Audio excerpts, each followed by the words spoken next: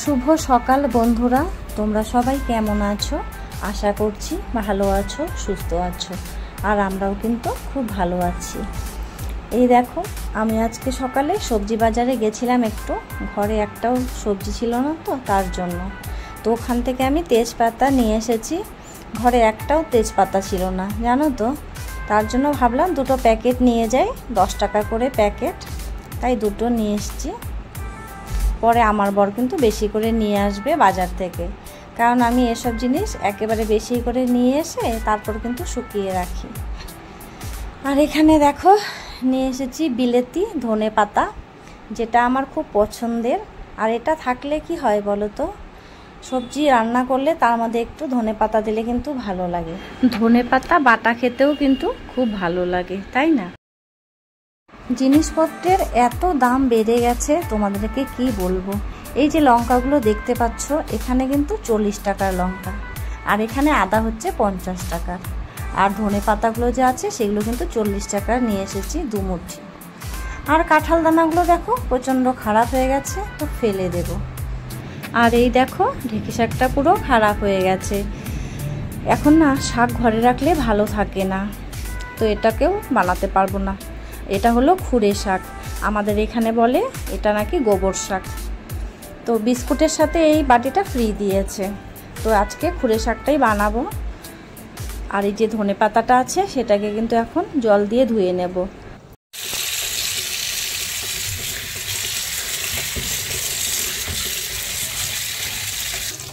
আমি কিন্তু ধনে পাতাগুলো গোড়া শুদ্ধ কিনে নিয়ে এসেছি। তার কারণটা হচ্ছে, খেতে খেতে যখন ধনেপাতা শেষ হয়ে যাবে তখন কিন্তু গোড়াটা আমি রেখে দেব। ওটা একটা টবের মধ্যে পুঁতে দিলে কিন্তু আবার নতুন করে গাছ হবে, তার জন্য কিন্তু আমি গোড়াটা রেখে দেব। আর তোমাদের দাদা যখন বাজার থেকে কিনে নিয়ে আসে তখন কিন্তু গোড়া শুদ্ধ কিনে নিয়ে আসে না, মানে যেরকম যে বিক্রি করে সেভাবেই কিনে নিয়ে আসে। আর আমি কিন্তু ঘুরে ঘুরে দেখি কোন ধনেপাতায় গোড়া আছে, সেটা শুদ্ধই আমি কিনে নিয়ে আসি। তো আজকে কিনেছি না, আর হয়তো কিনতে হবে না। ওই যে টবে যে লাগাবো, তারপরে না সুন্দর গাছ হয়ে যাবে, ওখান থেকে তো ধনে পাতা খাবো। এটা হলো ব্যাপার। আরে দেখো, আমি খুঁড়ে কাটা শাক বসিয়ে দিয়েছি, গোবর শাক। তো রসুন ফোড়ন দিয়ে বানাচ্ছি, আজকে আমি প্রথম বানাচ্ছি এই শাকটা। এটা নাকি খেতে খুবই ভালো লাগে। আর এটা কিনেছিলাম আমি ওই যে আমাদের বাড়িতে ওদিন এসেছিল না বয়স্ক মাসিটা, তার কাছ থেকে 20 টাকা নিয়েছে শাকটার দাম। আর এখানে দেখো কি সুন্দর চালতা চলে এসেছে। এবার এবছরের প্রথম চালতা আজকে রান্না করব, চালতা দিয়ে টক ডাল। আমার কিন্তু খুব ভালো লাগে টক ডাল খেতে। আর এগুলো যেহেতু কচি চালতা, কাটতেও কিন্তু সুবিধে হবে। তো চলো এগুলো ঝটপট করে কেটে নেই। চালতা কাটতে আগে পারতাম না, আর এখন কিন্তু সবই কাটতে পারি। পেয়ারাগুলো পেকে গেছে, পেয়ারাগুলো ফেলে দিতে হবে, কারণ পাকা পেয়ারাতে পোকা থাকে। আমার ছেলে ভালোবাসে তো, তার জন্যই পেয়ারা নিয়ে আসে। চলো এখন চালতাটা কেটে নিই। অনেকেই আছো যারা চালতা কাটতে পারো না, তো আমি কিন্তু এখন শিখে গেছি পুরো চালতা কাটা। এই দেখো, কাটা কমপ্লিট হয়ে গেছে আমার। আর যখন চালতা তোমরা কাটবে, কেউ যদি রান্না করো, তাহলে কিন্তু চালতাটা না হলুদ দিয়ে একটু সুন্দর করে ধুয়ে নেবে, তাহলে দেখবে স্লিপ ভাবটা অনেকটাই কমে যাবে আর পরিষ্কারও হয়ে যায়। এখন চলো একটু লবণ হলুদ দিয়ে সেদ্ধ করে নেব, তারপর আমি ডাল বানাবো এই চালতা দিয়ে। আর ফ্রিজে আছে মানে মাছের মাথা আছে, আর হচ্ছে 2টো মাছের পিস আছে, ওটাই রান্না করব আজকে। এই দেখো আমার ডালটা রান্না হয়ে গেছে, চালতা ডাল, টক ডাল। গরমের মধ্যে কিন্তু এই ডালটা খেতে খুবই ভালো লাগে।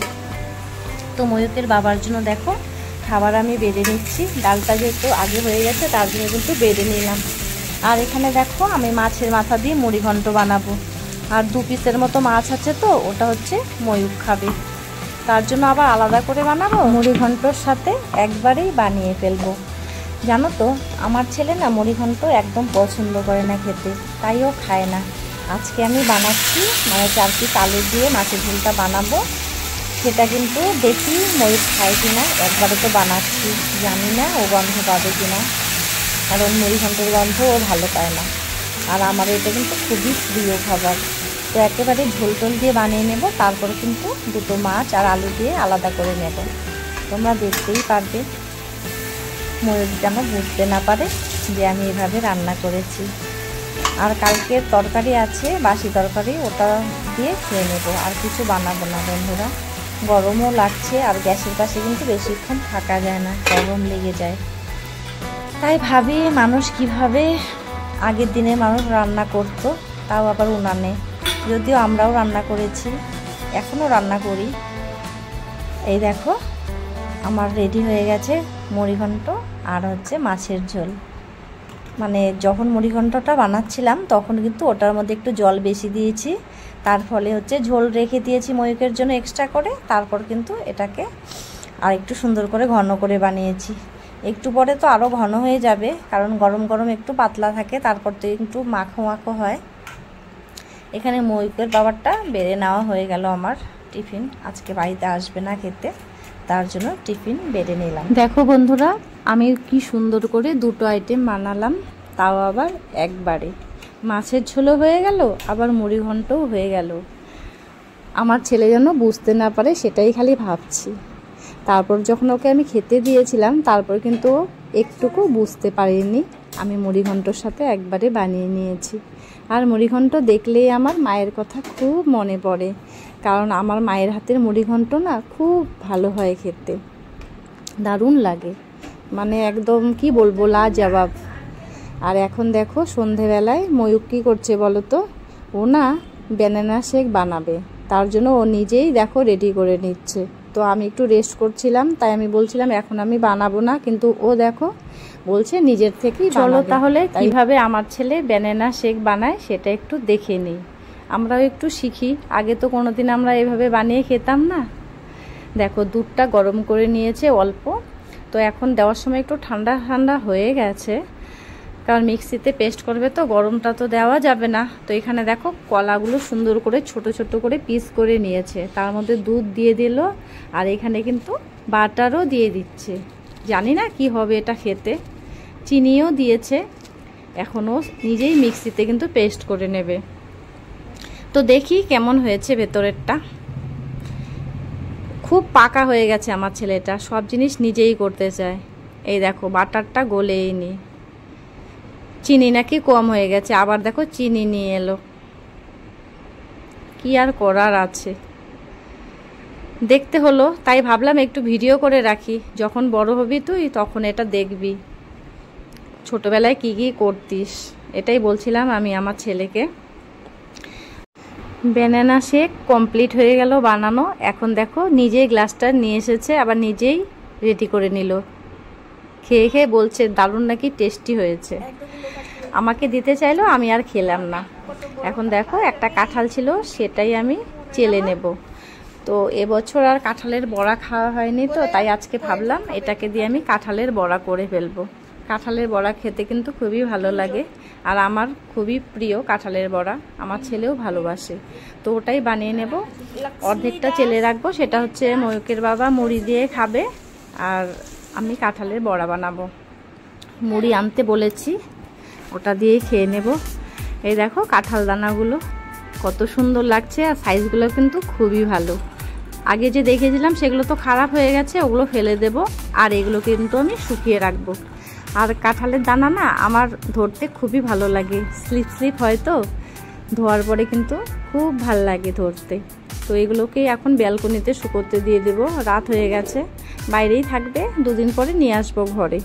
তো আজকে বাড়ির থেকে ফোন করেছিল, ভাই বলছিল মা বাবার শরীর নাকি ভালো না, তাই না মনটা খুব খারাপ হয়ে আছে যে মা বাবার শরীর ভালো না, আর মা নাকি রান্না করেও খেতে খুব কষ্ট হয়ে যায়।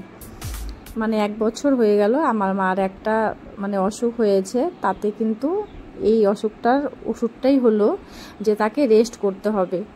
আর যেহেতু মা একা, তার জন্য কিন্তু মার পক্ষে রেস্ট করা সম্ভব নয়, কারণ কাজ তো করে খেতেই হবে।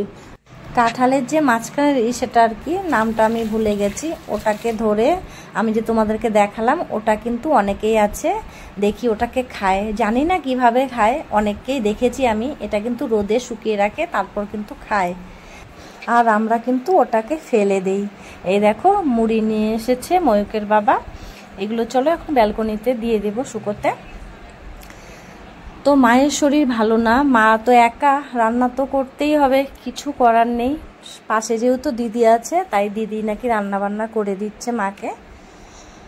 ভাইয়ের যদি একটা বিয়ে হতো এখন, তাহলে কিন্তু অনেকটাই সুবিধা হতো মায়ের, তাহলে কিন্তু কষ্টটা অনেকটাই কম হতো। এই দেখো আমি কাঁঠালের বড়া বানাচ্ছি।